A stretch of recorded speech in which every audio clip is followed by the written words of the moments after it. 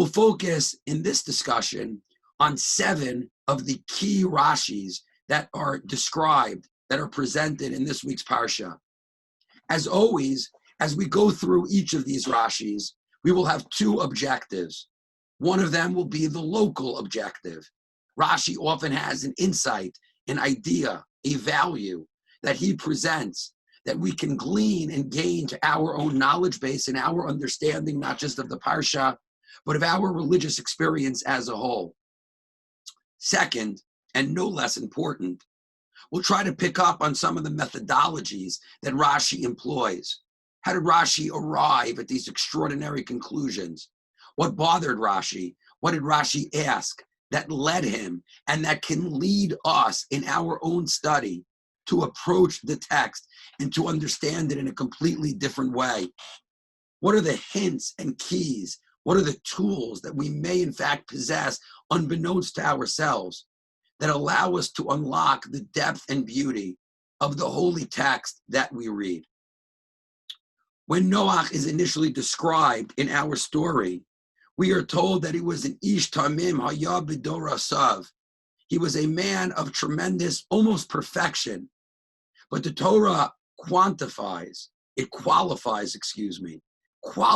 this description by saying that he was this great b'dorosav, in his generation. Rashi points out that this qualification, this word b'dorosav, cannot be insignificant. It must matter a lot. It does matter a lot. Rashi presents 2 possibilities as to how we are to understand the word he was great, he was a tzaddik in his generation. Perhaps, quotes Rashi, it is meant to be a little bit of an insult aimed at Noach. He was a tzaddik only in his generation, but in another generation, he would be much more ordinary, much more common, far less impressive, not outstanding in any way. Alternatively, says Rashi, it is meant to praise Noach. How can it be that in a generation of such depravity, in a generation of such evil, he was able to muster up the fortitude and the courage to stand apart? Tzaddik, not just a tzaddik when it was easy, but a tzaddik in a context that was anything but righteous, that was anything but obvious that he would achieve such wonderful and great things. I believe that the methodological point here is almost as significant as the very conclusions that Rashi suggests. It's not just the fact that we are left with this enigma of Noach, something that will repeat itself in our discussion and in fact throughout the entire Torah reading, throughout the entire Parsha.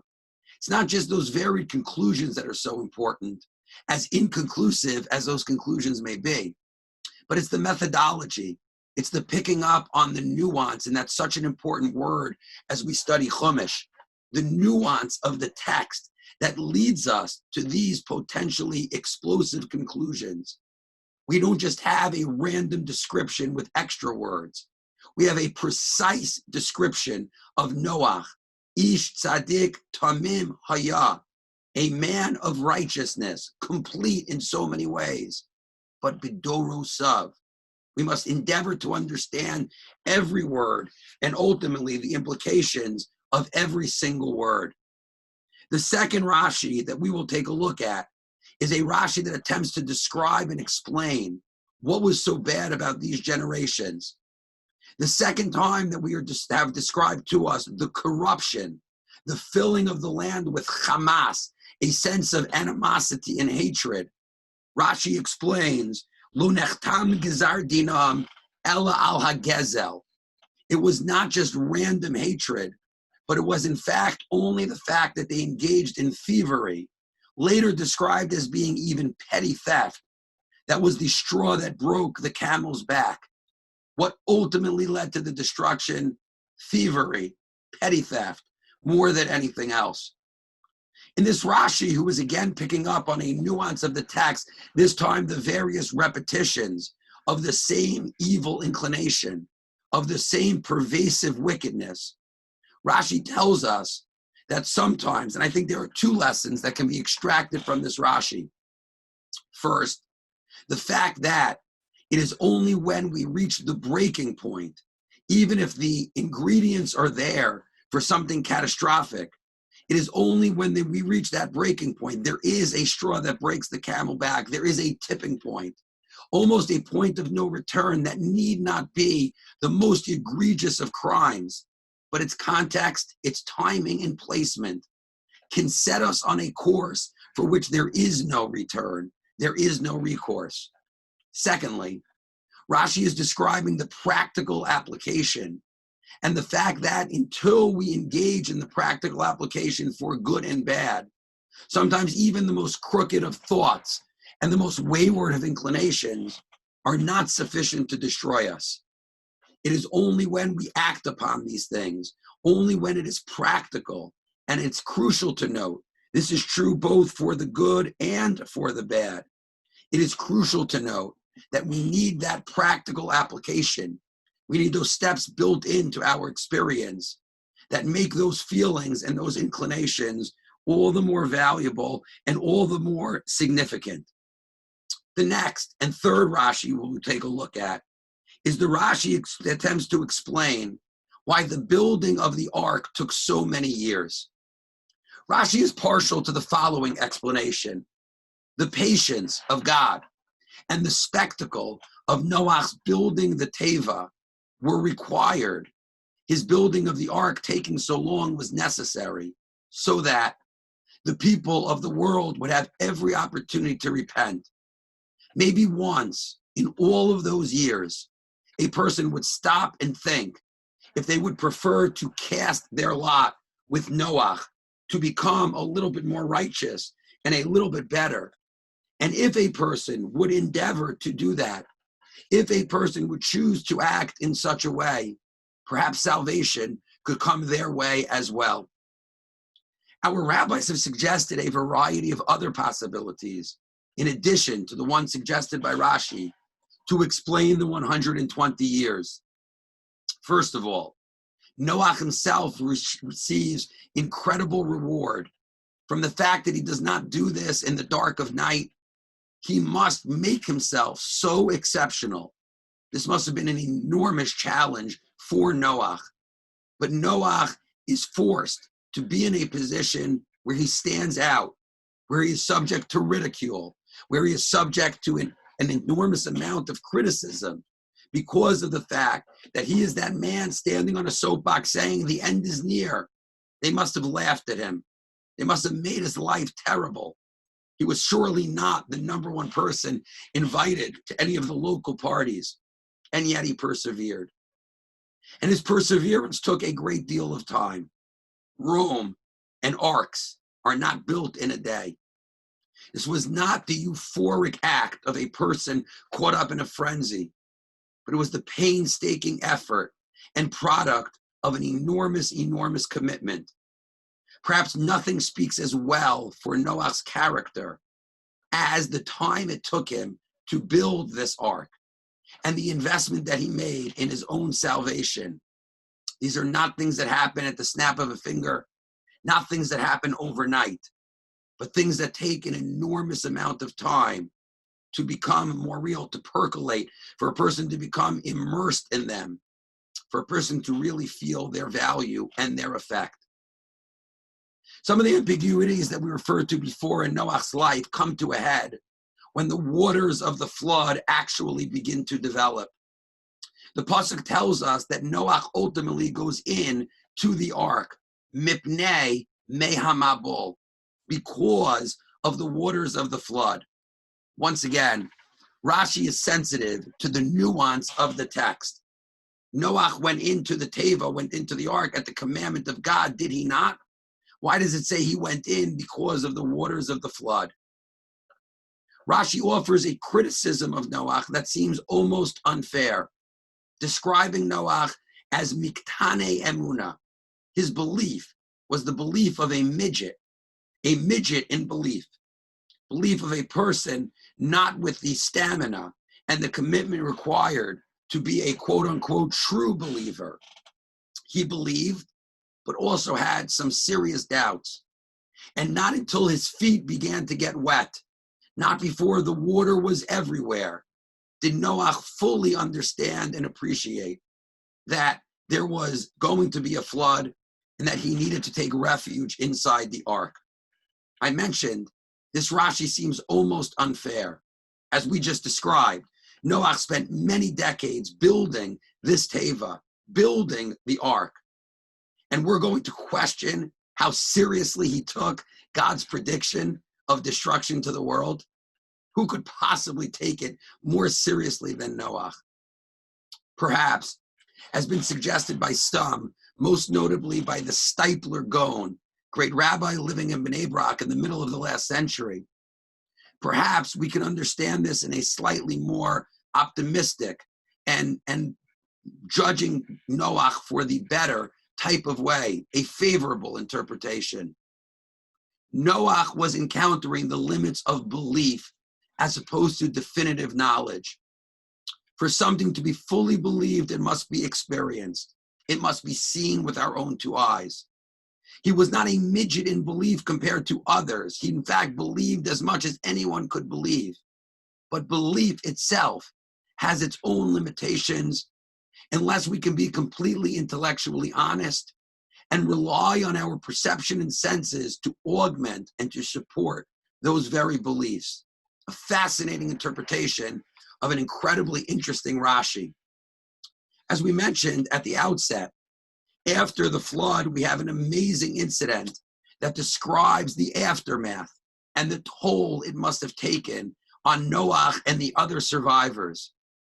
Noach ends up in a drunken stupor, and it is his sons who must preserve his dignity. They do so by cloaking their drunk father, and the pasuk describes the fact that two of the sons, Vayikach Shem v'Yefes, they took a garment and they covered their father.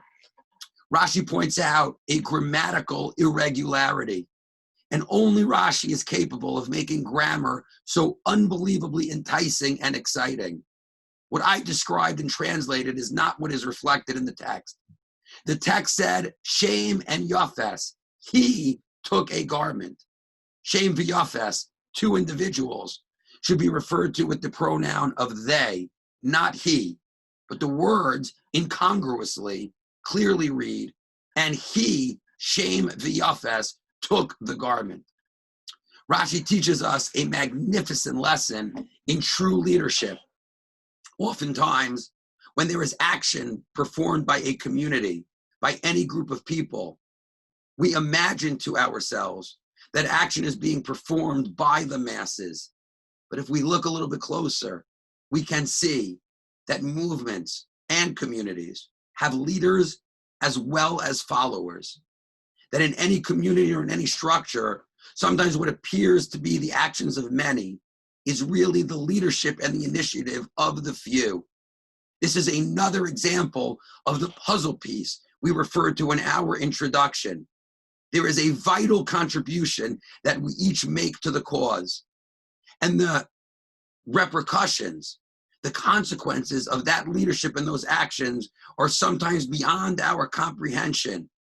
Here we have a group of people acting, but only on the leadership of the few, of the one, of the single. And that's why it is he, Shem, who led this choir, who led this symphony. He acted. And although there were others who follow, it is he who gets the eternal credit for those actions. In the story of the Tower of Babel, Migdal Bavel, there is an incredible insight that Rashi provides. Here, Rashi is not bothered by a close reading of any text. He's bothered by a more global type of issue. We have two generations, two institutions, two communities that engage in sin. The Dor HaMabul, the generation of the flood, the Dor HaFlaga, the generation of this tower, this rebellion against God. One are punished in ways that seem not entirely severe. Sure, there is a dispersal. Sure, there is a form of exile. But the first generation, results in the destruction of the entire world. As we asked in our meta question, what does it mean? What motivates such a destruction? And why does a generation that challenges God directly, why do they have a lesser punishment than a generation that engages in petty theft or crimes and passions of the heart? Rashi explains exquisitely that although the intensity of the crime, the severity of the crime, may have been far worse in Migdal Bavel, at least they did not turn on each other. Their opportunity for further success, for greater advancement and excellence in their relationship with God and their development of the world, was incalculably enhanced by their unity and their relationship with one another. The biggest and most wicked of people who manage still to respect one another and to work together are in a better position for success than those who may perform much more insignificant crimes, but do so alone, without the solace, without the support that can be provided by Achenu, B'nai Yisrael, Beis Yisrael, by the entire congregation and the entire nation, in fact, all of humanity. We are stronger together, and our odds of success are enhanced exponentially. And finally, in the very end of the Parsha, we read about the development and the early steps in the journey of Avraham Avinu. We are told that that journey does not end well for all of its participants. In fact, Avram's brother Haran passes away mid-journey. And the pasuk is explicit. Once again, Rashi picks up on a nuance, a subtlety in the text. The pasuk describes the fact that Haran's death takes place mipnei terach aviv, before his father Terach. Rashi explains, quoting a medrash, that Terach is actually in many ways the cause for the death of Haran. It is Terach who on this journey takes Avraham and has him thrown into the famous fiery furnace, the Kivshan Ha'esh, the fiery furnace in which he is going to be punished for his suggestions that idol worship and pagan ritual are not the way one should lead one's life. It is monotheism and commitment to our God that is ultimately what is required. Avram is thrown into the fiery furnace. He is miraculously saved. Haran sees this and says, I'd like to participate as well. A religion with such miracles is the religion for me. And he too volunteers to be thrown into the fiery furnace. He is not as fortunate as Avram Avinu.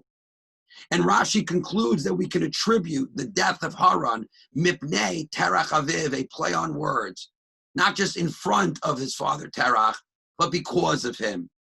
The way in which Terach interacted with his children, primarily with Avraham, is ultimately what leads to the demise of his other son, Haran. In this very Rashi, though, in addition to the attribution of the death to the father, which is such an awful thought to contemplate even, we have to analyze the tragedy of Haran's death. Haran's death, which seems to stem from something noble, his desire to become part of the Abraham tradition, to join the ranks of Abraham, and his desire to sacrifice, his willingness to sacrifice, was out of place and inappropriate, because his death was something, his sacrifice was something that he was not yet on the level for. We must know and recognize what we are being called to do, how we fulfill our unique responsibilities, and not try to be anyone else or to play anyone else's role or anyone else's part, only to embrace who we are, what God wants from us today, and how we fit as our unique puzzle piece allows us to, into the greater context of Jewish life and Jewish existence. This has been an analysis of Parshas Noach and its key Rashis for 54, the Parsha Project, an exciting project of MCSY, so that each and every one of us can achieve mastery of the beautiful sections of the Torah that make up the complete whole, make up the entirety of our tradition and of our holy book.